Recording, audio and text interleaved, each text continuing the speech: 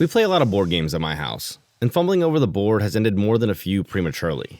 So today let's roll the dice and build a gaming coffee table that's sure to turn some heads. On Timber Biscuit. So this coffee table is going to be pretty unique, and it's kind of a mashup of modern design and functionality.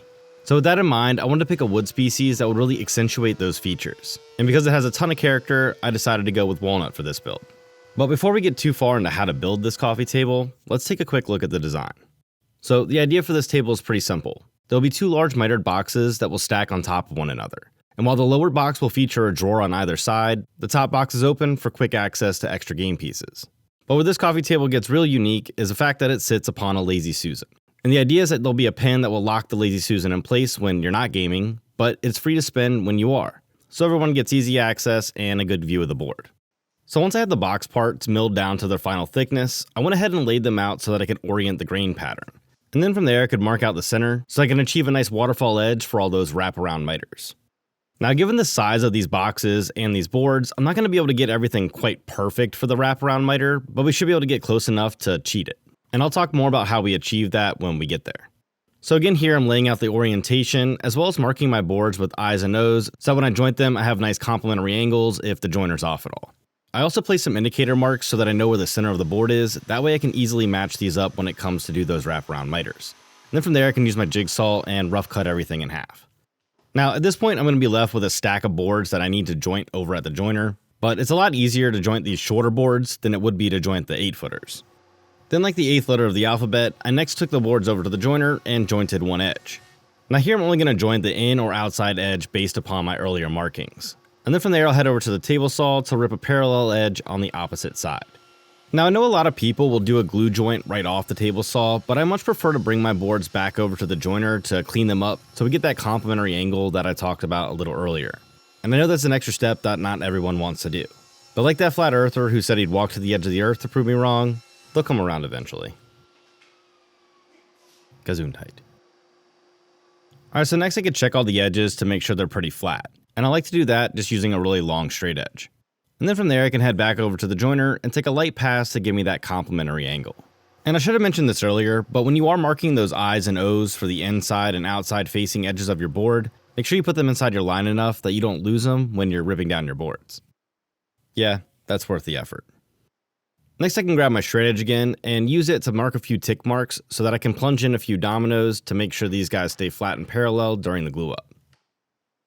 Now I've covered this a few times, but dominoes aren't always necessary for panel glue ups, but when they're big like this where there's 5 to 6 boards, I think they're pretty helpful. And as always, if you don't have a domino, you could use biscuits or dowels to achieve this same flatness.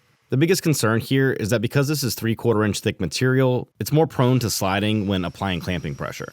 So it's better to be safe than sorry. Oh, and hey, if you guys want plans for this project, just let me know down in the comments, and if there's enough interest, I'll put them together. And if I do end up putting the plans together, I'll put out a post about it to let you guys know when they're available. Whew, done. Alright, so next up it was time to glue up the panels. So I first glued in all my dominoes to make sure I didn't have to finagle with them when I was assembling the panels.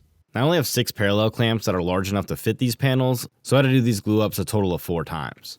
And when working with large panels like this, I find it easiest to get the dominoes close to aligned and then use the clamps to squeeze everything together. And I do all this while repeating the mantra, slow is smooth and smooth is fast. You just gotta take your time. Like when I grilled that chicken for 2 hours. And it still didn't tell me why I crossed the road. So with the panels out of clamps, I could take them over to the table saw and cut them down to their rough final dimension. And I say rough final dimension because I'm keeping things a little bit wide. This way I can plane back to my final dimension once the boxes are assembled. Here, just make note of what side of the board you're ripping off so that you rip off the same side for the adjoining board. Otherwise, when you go to match up that grain pattern, it's not going to line up. Then from there, I can tilt my saw blade to 45-ish degrees and cut in my inside bevel. Now this is going to be the decorative outside edge to both my mitered boxes.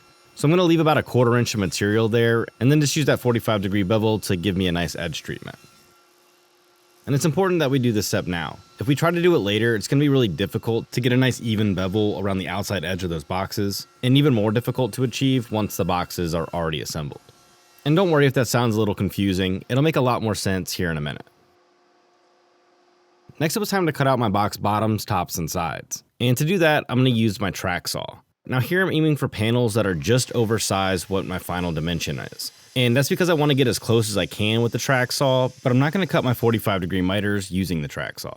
I've tried doing that in the past and I've had kind of mixed results with it, so what I'm doing here is just leaving myself about 1/8 of an inch on either side of my boards. This way when I cut the miters at the table saw, I'll be really close to my final dimension and it'll give me that waterfall edge that we're looking for. Now, as I mentioned earlier, it's not going to be perfect because we had to segment these in the center, but as long as I stay pretty close to that edge mark, the grain will match up close enough that you shouldn't be able to tell. That is, of course, unless you put it on the internet in the form of a YouTube video. And since that's exactly what I've done here, if you're enjoying this video, give it a like. It helps the video spread to more people, and I greatly appreciate your support. Thanks. Alright, so once I have my blade tilted to exactly 45 this time, I could go ahead and cut in those miters. Now, these miters are a little tricky because these boards are pretty wide. And once I've cut in the first miter, rotating the board and cutting in the second one is even trickier. And that's because there's not a whole lot of material contacting the fence. So the board naturally wants to slide up and over the table saw blade. To combat that, I just keep even downward pressure on the board and try to make sure that the boards continue to move slowly. Any pauses can cause burning as well as indentions into the miter from the table saw blade, and we want to avoid that as much as possible. Because if you do get those, you'll be like a sad fish. You know, a flounder. But all jokes aside, when does a dad joke become a dad joke? I suppose it's when it's apparent. Alright, I'm done with the jokes and these miters, so let's move on to the mortises. So here I've clamped together my bottom panel for my upper box, as well as the top panel for my lower box. And this is so I can keep things aligned while I carve out this mortise. Now the mortise here is what's going to hold the pin in place so the top doesn't spin freely. So for this upper panel, I want to cut a through mortise, while on the bottom one, I want to stop about 1/4 inch deep. So to keep things at 90 and remove the majority of the material, I'm just going to use a portable drill guide. And then from there, I can just use a marking knife to carve in my pencil lines. Now due to the bevel, I can't use a double square here, so instead I opt for a rule with a stop on it to help keep things square. Then from there, I can just go to town with my chisel to remove the material. Now here I'm aiming for about a 1/2 inch by 1/2 inch mortise, so I start by removing material with my 1/4 inch chisel and then work my way up to the 1/2 inch one. And then once I have both mortises cleaned up, I can add a small groove for the end of the pin to nest in, and we're good. Next I can address the positioning of the ambidextrous Susan, or the multifaceted Susan. Anyway, so with the industrious Susan centered, I could go ahead and drive in the access hole that I'll use to mount it to the top box, which I'll also say is probably the thing I looked forward to least in this project. Now in the past I've used dominoes to help keep my miters aligned when gluing up, and that's no different with this build. So the next step was to go ahead and lay those out. And since again I already have that outside bevel, I went ahead and made a few jigs so that my dominoes were evenly placed across all my pieces. These simple jigs just take all the guesswork out of it so that all I have to do is leave marks on either side of my boards and I know where those dominoes should go. From there I set the domino to 45 degrees, then drop the fence to its lowest setting and plunge the mortises. Now in my past projects I've always used a 30mm domino for this process, but I noticed especially on 3/4 inch projects that it gets really close to the face of the board. So for this one I decided to plunge all my depths at 12mm rather than 15mm.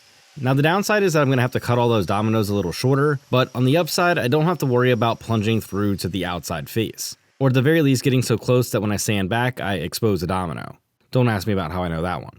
And if you want to learn more from my mistakes, or as I call it work experience, make sure you subscribe. I put out new videos about woodworking projects, tips and tricks every few weeks, so subscribe so you don't miss the next one. So a few episodes ago I asked you guys about epoxy, and I had a few comments from you guys saying that I should try brown instead of black with walnut. So here I'm filling in some of my knots and voids using some brown epoxy, which I will admit I like more for this type of treatment, so thanks for your suggestions. And while that's set up, I went ahead and thicknessed down some boards for my drawer stops. Now because the drawers aren't going to have any pulls, I needed to make a finger pull on the top of the drawer face. So these stops will sit behind that portion of the drawer face so that we don't expose the inside of the drawers. And while we'll tackle those later, I think it's a lot easier to access this portion now than it would be once the boxes were assembled.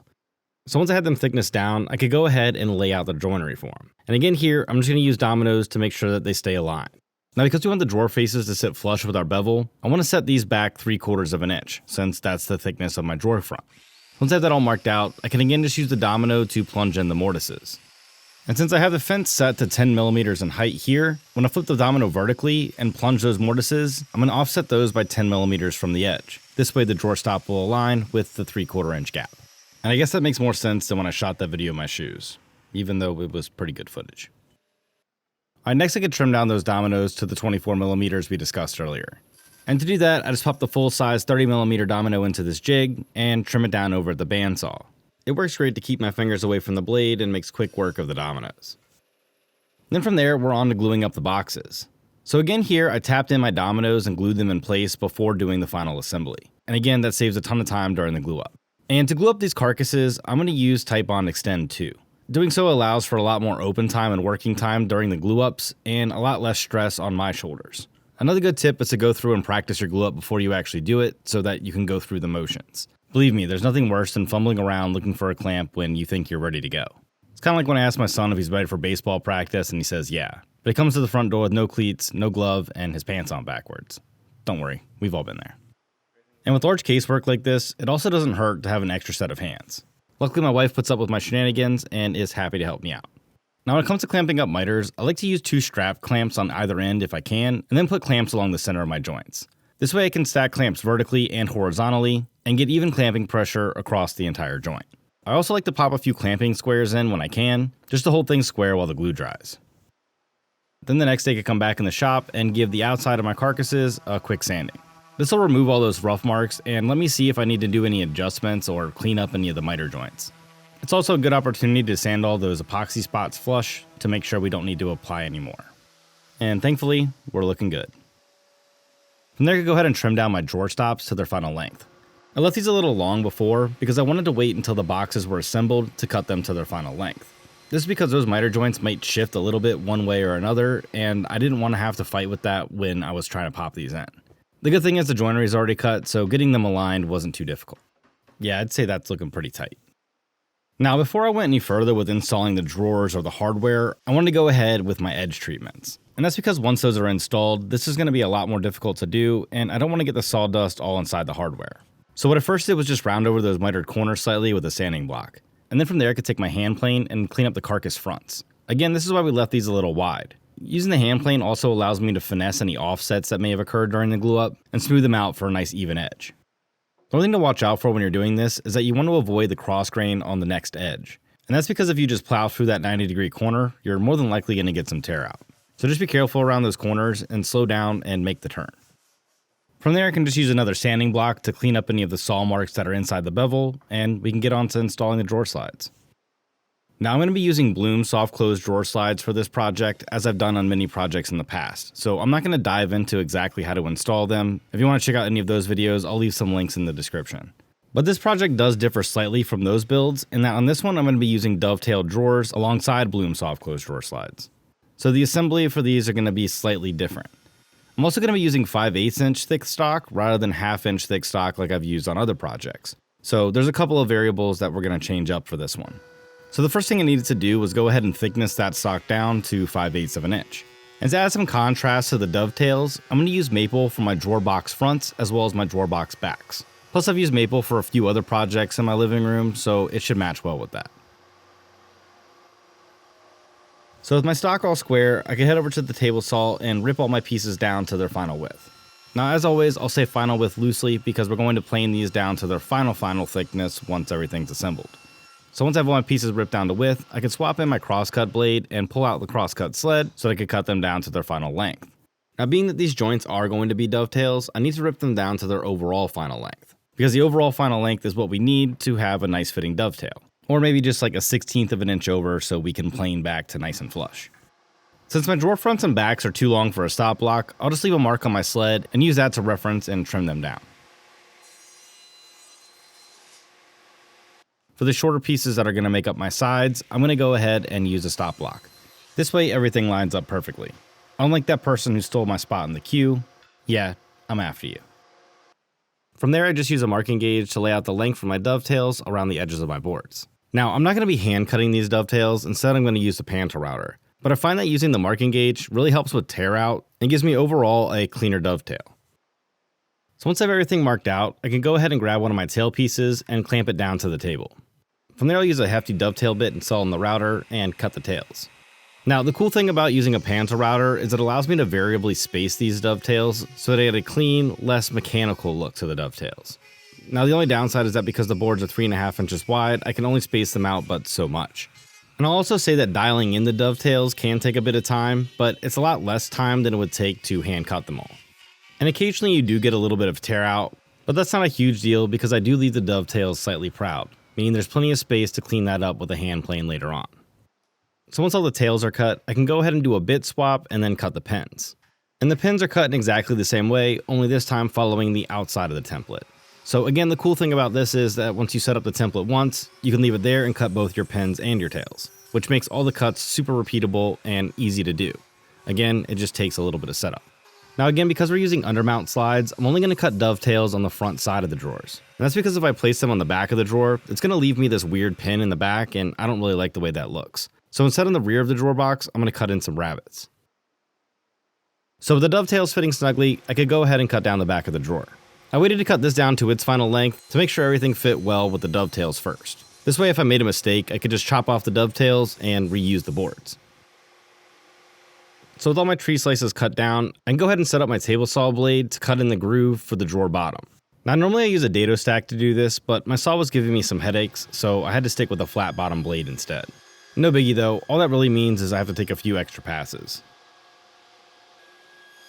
So once I have the 1/4 inch groove cut into the bottoms of the sides, backs, and fronts, I can go ahead and use my miter gauge to cut in a rabbet onto the side pieces. And this rabbet will be a 1/4 inch deep by 5/8 wide, making it the perfect fit for my drawer back. But since I do have a rabbet and a dovetail joint on these drawers, it got me thinking, do you like the clean look of a rabbet joint on the front side of the drawer, or do you like the more decorative dovetail? I think I know what you guys are going to say, but you've surprised me a ton in the past. So let me know down in the comments if you prefer the dovetail or the rabbet joint. If you prefer the dovetail, start your comment with dovetail, and if you prefer rabbet, start it with rabbet, or rebate. And for anybody who starts their comment with dovetail or rabbet, I'll reply to you guys first, because as always, I know you're paying attention. Alright, so with my 1.5 inch notches cut into the back side of my drawer box, I could go ahead and glue everything up. And this process is only slightly different than the ones I've covered in the past. In that here I'm going to glue up each one of my dovetails first and use a clamping square to hold them in position. Plus doing so gives me the added benefit of knowing that all my drawers are going to be perfectly square. So, win-win. So with the dovetails locked in place, I can then slide in the drawer bottom. Then from there I can apply some glue to the rabbets and pop on the drawer back. And once that's in place, I check to make sure that my drawer back is sitting even with my drawer sides, and then I can pop on some more clamps. Now here I'm trying to apply even clamping pressure on both sides of the joint, but I don't want to squeeze them so tight that they come out a square. So it's kind of a delicate balance. Just like how the adjective for metal is metallic, but it's not so for iron, which is ironic. So with my drawer boxes and clamps and drying, I went ahead and turned my attention over to the drawer fronts. And here I'm just cutting them down to the final length, which is an 1/8 inch smaller than my drawer box opening, which should give me a 1/16 inch reveal on both sides of my drawer face. And with both my drawer fronts cut down to their final width, I can rip them down to their final height. And here again, I'm going to shoot for just over my final height. Sorry if that sounds like a broken record. From there I can go ahead and cut in my drawer pull. Now just like before when I cut that inside bevel on the front of the case, I'm going to eyeball about 3/8 of an inch, which should be plenty to get a finger hold on. This also has an added benefit of emphasizing those angles and repeating that design element, even if you'll only see it when the drawer is open. From there I could pop the drawer boxes out of clamps and clean up those dovetails. And to do that, I'll just use my block plane and a random orbit sander. There's not a whole lot of material to remove here, so this goes pretty quickly. If you do have any small gaps in your dovetail, you can apply a little bit of wood glue and then just use your random orbit sander on top of that glue. Doing so should create some fine sawdust that would fill in those gaps and leave you with a really nice dovetail. Then from there I can flip the box around and repeat those steps for the rabbets.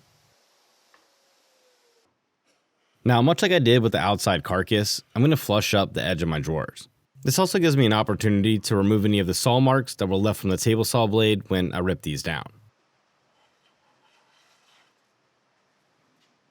Here, again, I'm just careful with those corners so I don't blow out the cross grain. Oh, and definitely pay attention to which way the grain is flowing so that you can plane with the grain. Poet and didn't know it. And while I finish cleaning up the rest of these drawers and drawer faces, let me take a quick moment to say that if you guys are enjoying these videos and you want to support the channel, I'd like to invite you to join my Patreon. There you'll get discount codes on plans and merch, an invite to the Discord server where we're always talking about woodworking and woodworking projects, plus I host monthly live chats and other behind the scenes fun. So if that sounds like something you're interested in, be sure to check out the link in the description. And as always, to my current patrons, thank you guys so much for your continued support. Your contributions go directly towards making these videos, so thank you. And just like that, the drawer hardware is installed and we can test it out. Yeah, nothing beats that soft close action. And now that the drawer boxes are all assembled and ready to go, we can go ahead and pop in that drawer stop. Since the joinery is already cut, all we have to do is apply a little glue, then throw in a couple clamps and squeeze the crap out of it. From there, it was time to make some feet. And for the feet on this one, I'm going to keep everything pretty simple, but I did want to continue playing with those angles. So large swooping angles are what I ultimately decided to go with. So I first thickness a board down to just over 1.5 inches. And then from there, I just kind of eyeballed an angle that I felt would work well for the piece. And once I had the board ripped down, all I had to do was use my miter gauge to cut that same angle onto the other two sides. From there, all I had to do was cut one side, then flip the piece over and cut the other. The only tricky part here was nailing the width since I didn't really have a reference, but I got pretty close. It's just like when I asked my friend how he liked living in China. He said he can't complain. Next, I could go ahead and lay out the feet and then use my domino to plunge in a couple mortises. Now I really like using this technique to put feet on the bottom of casework. I think it works really well for keeping things aligned and holding those feet in place. And again, if you don't have a domino, another option for doing this would just be to use dowels. And then from there, I can just apply a little bit of wood glue and then just use a parallel clamp to clamp it in place. From there, I can just use a double square to check the alignment, and yeah, she's good. So in this piece, I'm going to inlay a brass medallion for my branding. And the first thing I needed to do was just center and align my template. And then from there, I can just use my templating bit to remove enough material so that the brass medallion sits just above the surface. And if you guys want to grab a set of your own custom medallions, I'll leave a link to medallion maker branding down in the description. Honestly, if you've been looking for a way to really differentiate your work from your competitors, I think this is a great way to do it. And Alec does a fantastic job with them. From there, I use a bit of CA glue and the soft rubber mallet to permanently hold it in place. Nice. Alright, so next it was time to attach those drawer fronts. And again here, I'm going to turn to CA glue. Now because these drawer fronts don't have a traditional finger pull, it was kind of tricky to get them to stay attached.